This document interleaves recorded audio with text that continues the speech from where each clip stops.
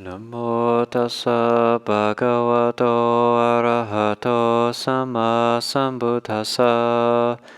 Namo tassa bhagavato arahato sama sambuddhassa. Namo tassa bhagavato arahato sama sambuddhassa. Buddhang dhammang sanghang namassami.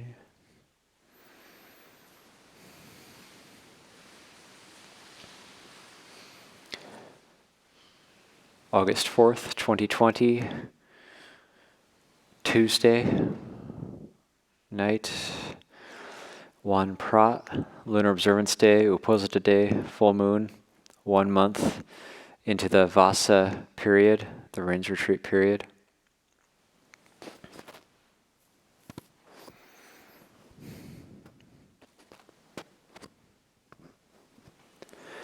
We've got our resident community here, and we've got the live stream hopefully working this evening, and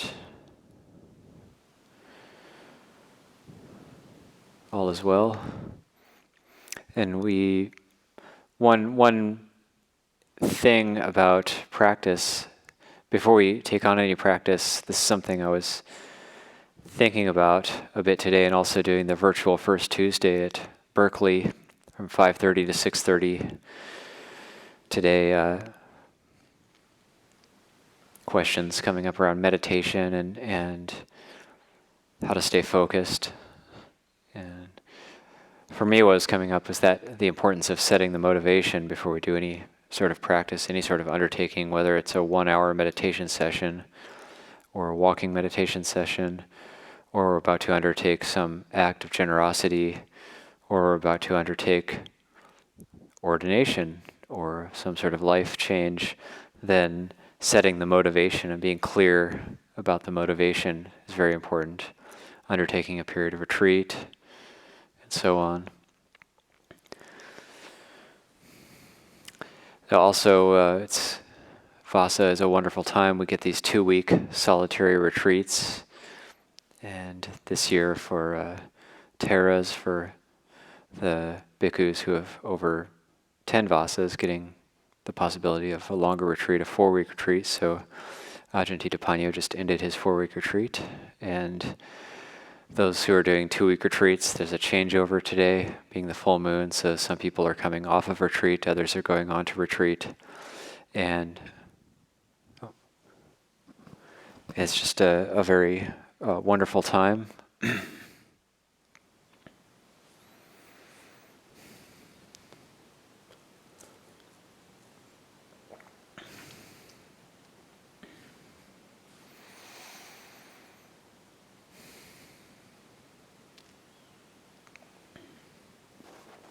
Setting the motivation.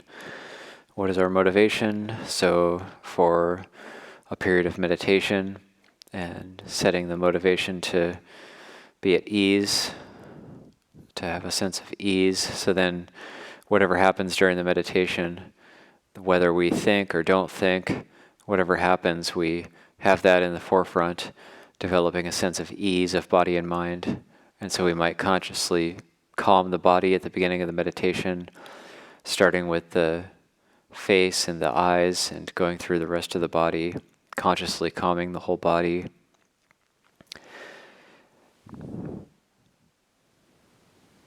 And then using the breath as an anchor, and using sati, using mindfulness as a refuge.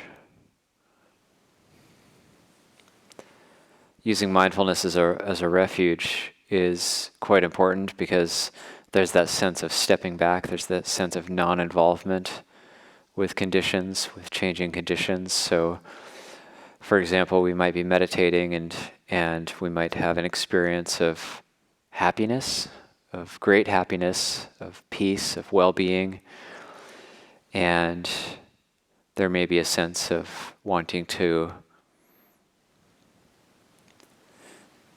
like a sense of identification or taking refuge in that, going into that. And then inevitably when it passes away, we might be disappointed So that can result from a lack of mindfulness. Mindfulness is more that which steps back from happiness and suffering, and rather than being involved in it, is more observing it and contemplating it. The chitta, the heart, is still being touched by happiness and suffering. It's not that we're completely apart from it, and only the Buddha teaches in the suttas that only happens at the final stages of practice. For the arahant, the one who is always mindful, only the arahant truly isn't involved in happiness and suffering. And the aramana, the worldly winds, the gain and loss, happiness and suffering, pleasure and pain, fame and status and loss of that. So all sorts of gain and loss that we can have in our lives. So only the arahant is truly, fully, absolutely not involved in those things.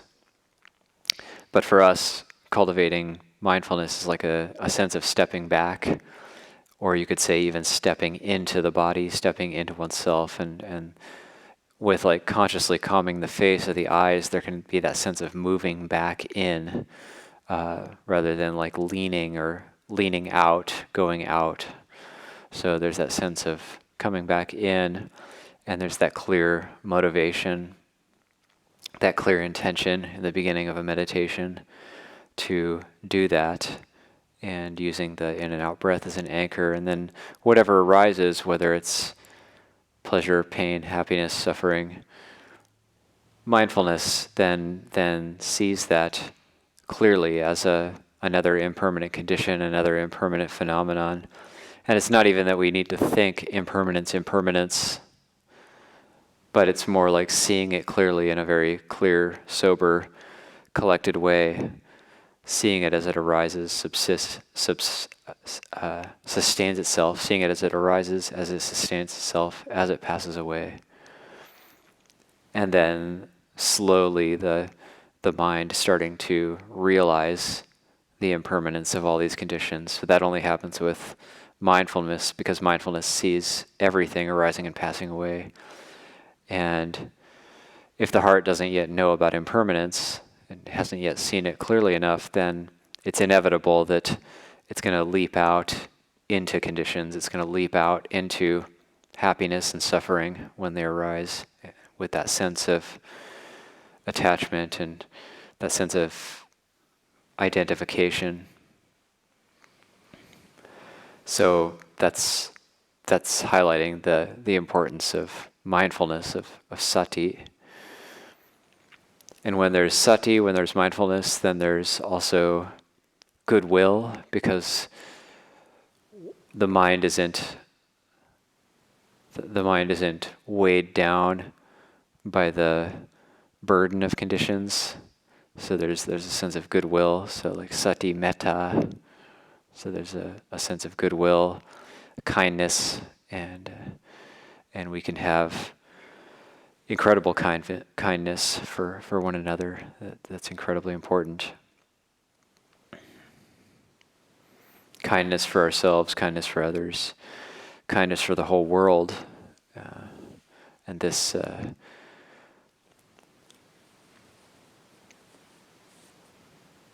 So we're in a time which is ripe for insight, ripe for stepping up the kindness, and making that very clear, making that clear intention, clear aspiration.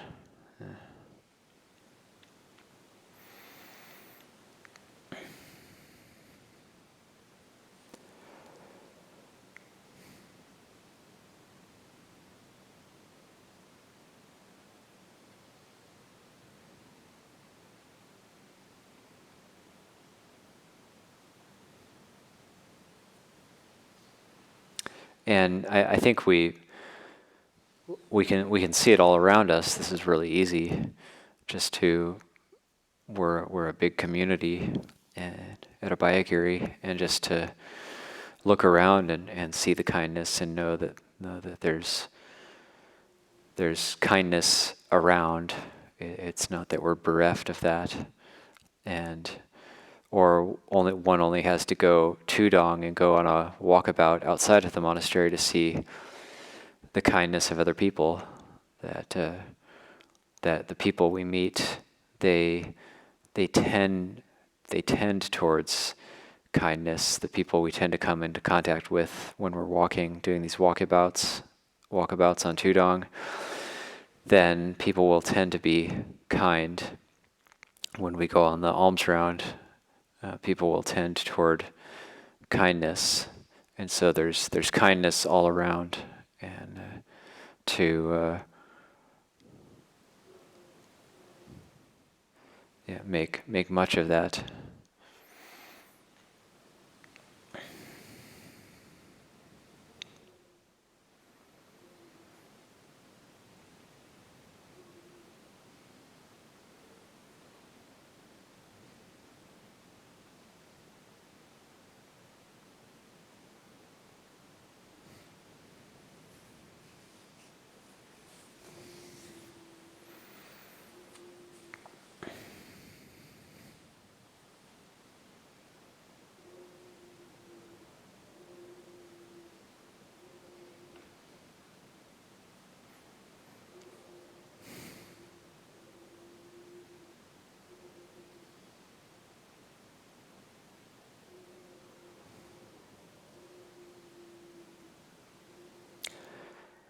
So thinking a little bit about mindfulness of the body as an important practice, as something that the Ajahns of the past put a lot of emphasis on.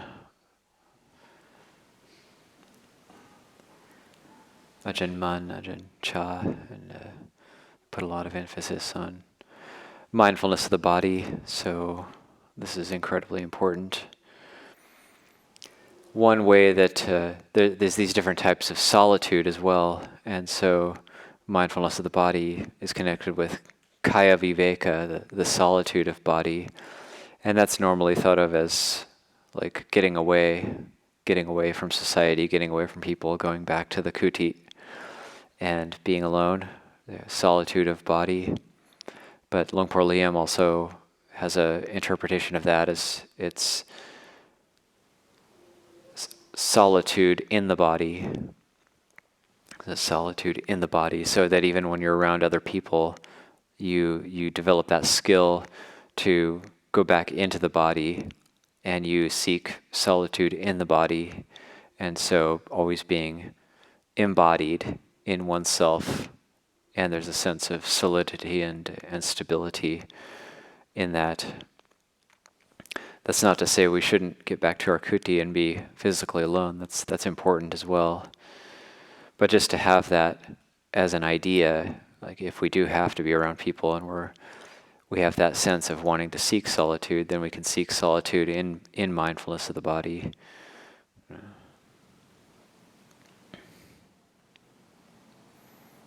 There's chitta viveka, that's the heart or the mind solitude.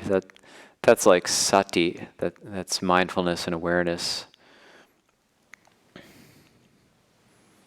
So that's that sense of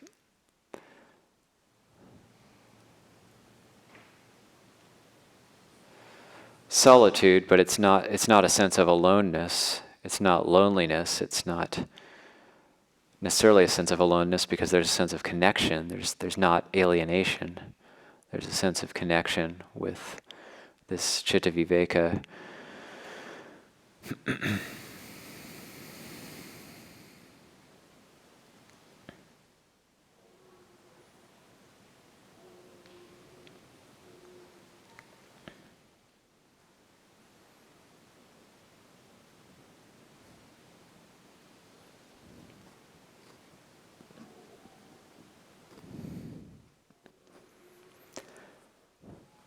So it's like when the mind is not getting involved. It's when the mind isn't getting involved in happiness and suffering, when it isn't getting involved in status or laws of status, when it isn't getting involved in all kinds of seeking.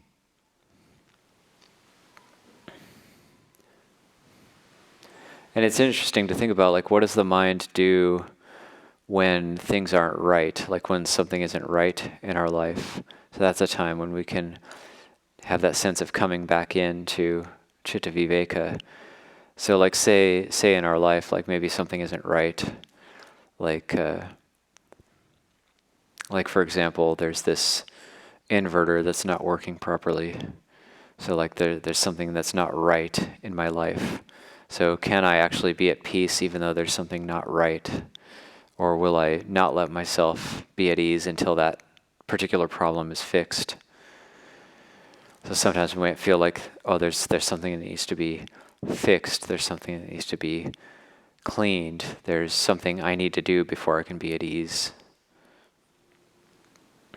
But with Chitta Viveka, we can take refuge in that. We can always come back to a sense of ease and well-being, even if there's things which are unfinished or which aren't quite right in our lives, because there's always going to be something that's not quite right. There's always going to be something that's not quite finished. The way to make it right truly, way to finish it truly is just to be right and be finished in the present, and let it be right, let it be finished, let it be the way it is. And so this is one of these qualities of samsara. It's never finished. There's no end point. No matter how many tasks we accomplish and how perfectly well running everything is, it's never finished. So that's one quality of samsara, of that sense of wandering on. It's never finished. And it's always not quite right. There's always something which can be adjusted or optimized. There's always an optimization which can occur more and more, but there's no real perfect point in samsara. So it's always oscillating, it's always changing, it's always in flux. So we come back to anicca. That's one of the qualities of samsara. Dukkha, anatta.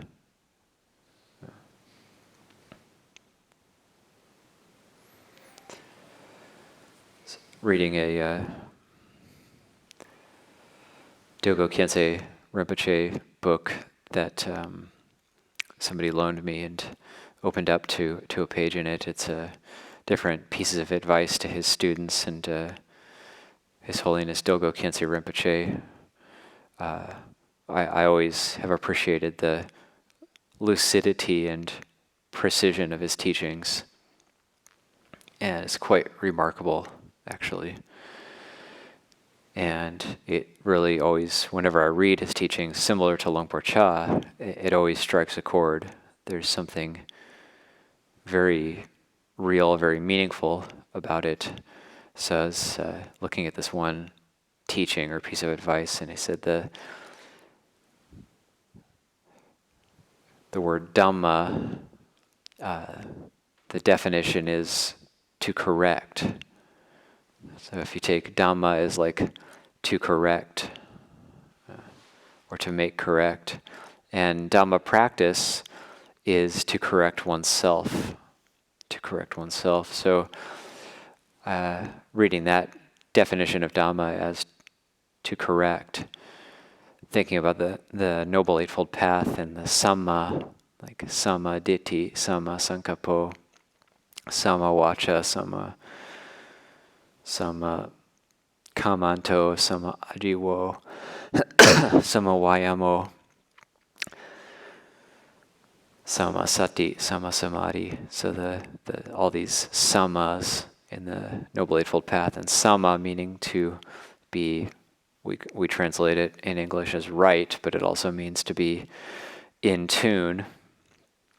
So in terms of Dhamma practice, trying to correct ourselves, we're also following the Noble Eightfold Path, which is like bring ourselves into tune, giving ourselves a tune-up, and making things harmonious, bringing our life into harmony with nature.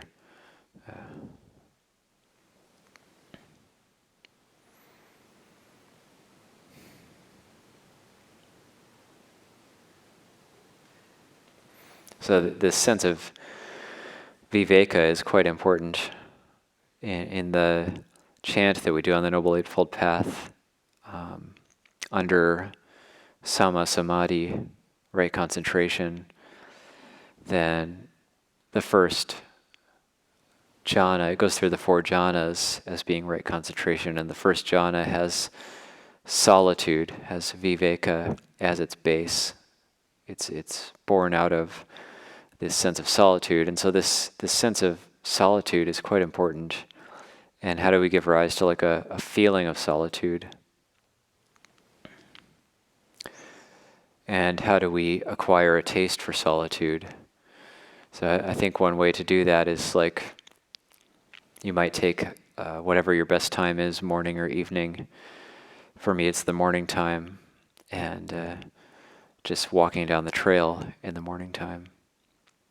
Like if it's just before dawn, then it might just be getting light, and there's certain birds that are out. The morning doves have been out.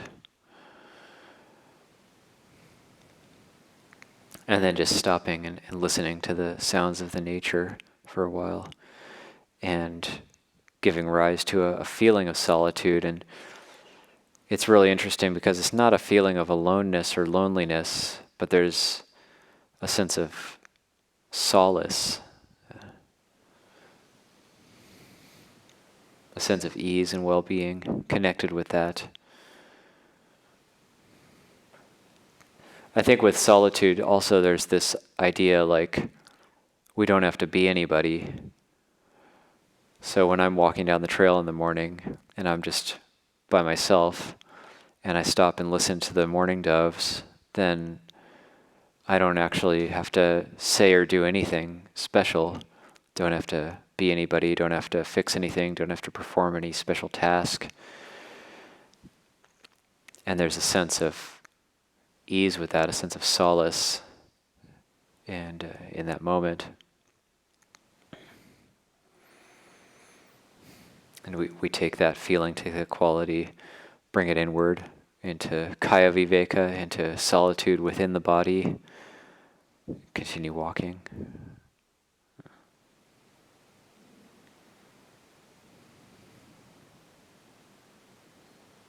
So like these different things we do, making them all very conscious.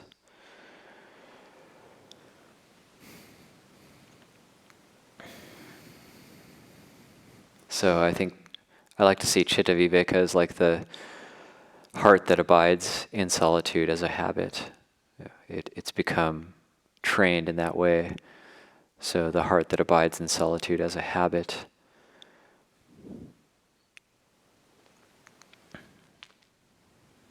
It's safe. It has a refuge.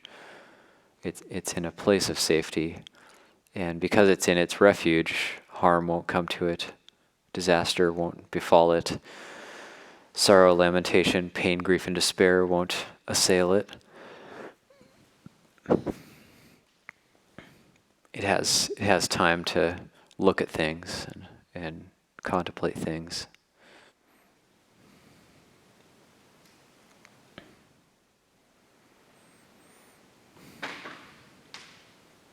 Also, another interesting contemplation connected with mindfulness of the body is the elements.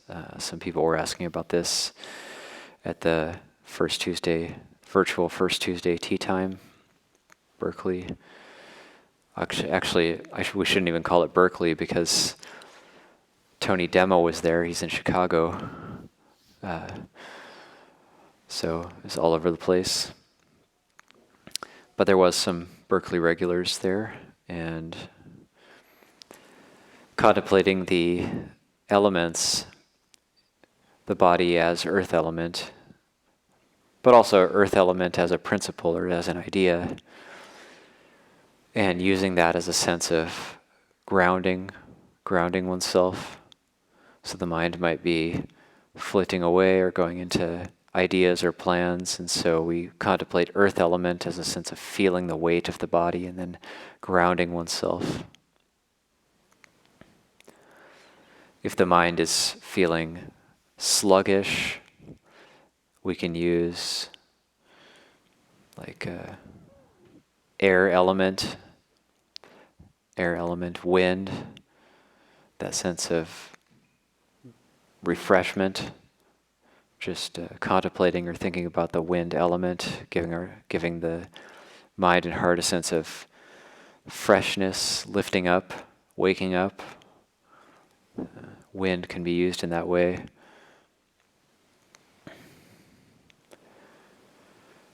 If the mind or the heart is rigid, is too rigid, isn't able to have a sense of malleability and a sense of flowing into different situations seamlessly, then we can contemplate water element to ease that sense of rigidity, soften the mind, soften the heart with water element.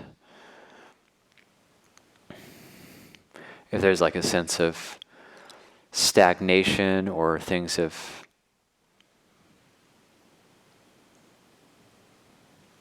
gone dull or stagnate in our practice, we can contemplate fire element. If we've lost that sense of inspiration or zeal, not that we have to have inspiration all the time, but we can use fire element. If we think of fire element as like life force, the fire element is like the regulator. So we can turn up the regulator and find ways to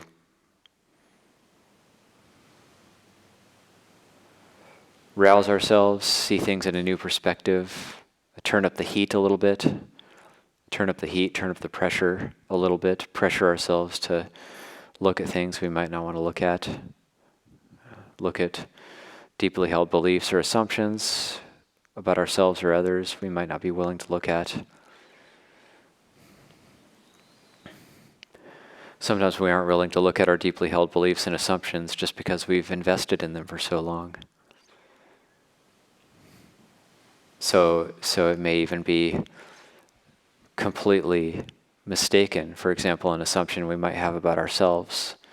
It may be something completely mistaken, but because we've invested in it and identified with it for so long, it's tough to get out of that. So contemplating fire element to kind of give ourselves the energy and the power to look at things we may not have wanted to look at before. It's difficult. The Buddha talked about practice being something which is difficult to do. There's these different difficultnesses in the Dhammapada that are talked about. So it's like in the vast expanse of samsara and of time, it's difficult for a Buddha to arise in the world. And even if a Buddha has arisen, it's difficult to be able to meet and be in the presence of that Buddha. And even if one meets or gets in the presence of the Buddha, it's difficult to actually practice. It's difficult to actually make a commitment to practice under the Buddha's teachings. And for even one who starts to practice under the Buddha's teachings, it's difficult to take on the holy life, take on the brahmacharya, the celibate life, the ordained life. And for one who has taken on the ordained life, it's difficult to find delight in that. So like we might even become ordained out of faith, out of a sense of zeal and inspiration in the Buddha's teachings. But having taken ordination, there's still that difficulty of finding delight, finding joy in the ordained life. There's many obstacles that come up in the mind as we try to extract ourselves from the realm of sensuality, which is essentially it's instinctual. It's how we were born into this world. So it's there in the heart. It's as we try to extract ourselves from that, how are we going to find a sense of happiness and delight if we're going against all the things that brought us happiness and delight before? So for one who's ordained, it's hard to find delight in the ordained life. For one who finds delight in the ordained life, what is hard? It's hard to practice Dhamma according to Dhamma. So for those of us who get more senior, you might find that people make it work. They've learned how to make it work for them, the ordained life. So like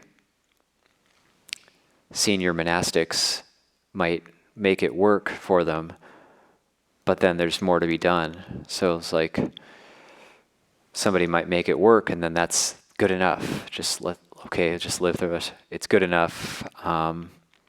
There's no need to take it to the next level. No need to up the ante. No need to, finish this. It's good enough. So we have a dwelling place that's good enough. We have food that's good enough.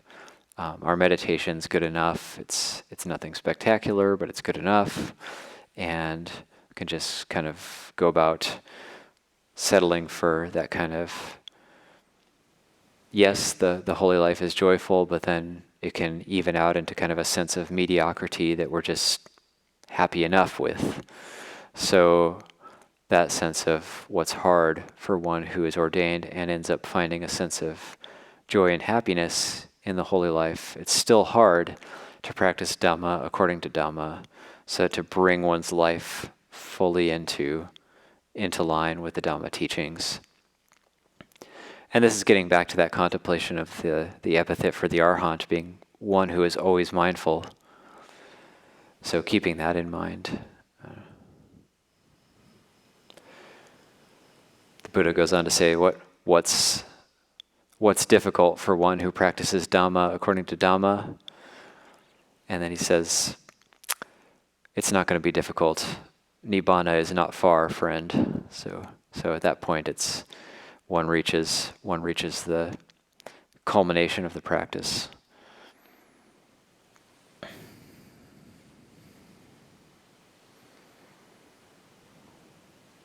So some of these teachings, I think they can be quite helpful for setting the motivation in the practice, and we have these toolboxes like mindfulness of the body and solitude, kaya viveka, chitta viveka, and we have these element contemplations, earth, water, fire, and air, contemplating the elements in various ways in order to bring the spiritual qualities into balance, contemplating a sense of refuge and going through all of that with like a sense of ease and well-being. And when we end a practice, for example, a 1-hour meditation or a session of walking meditation, then we end it properly. So rather than just getting up and leaving, then putting the hands in Anjali, making some sort of internal determination, either by the power of this practice, may I continue to develop, or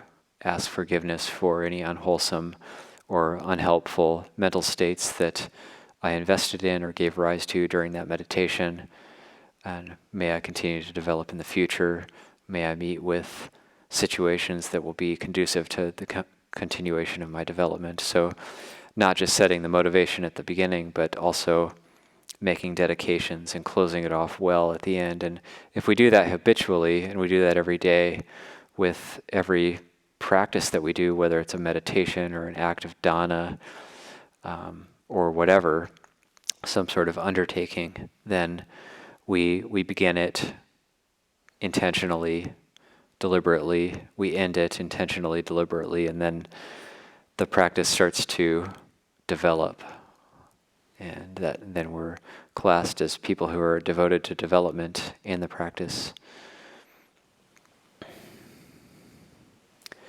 So these are a few ramblings. I'll leave it there for this evening.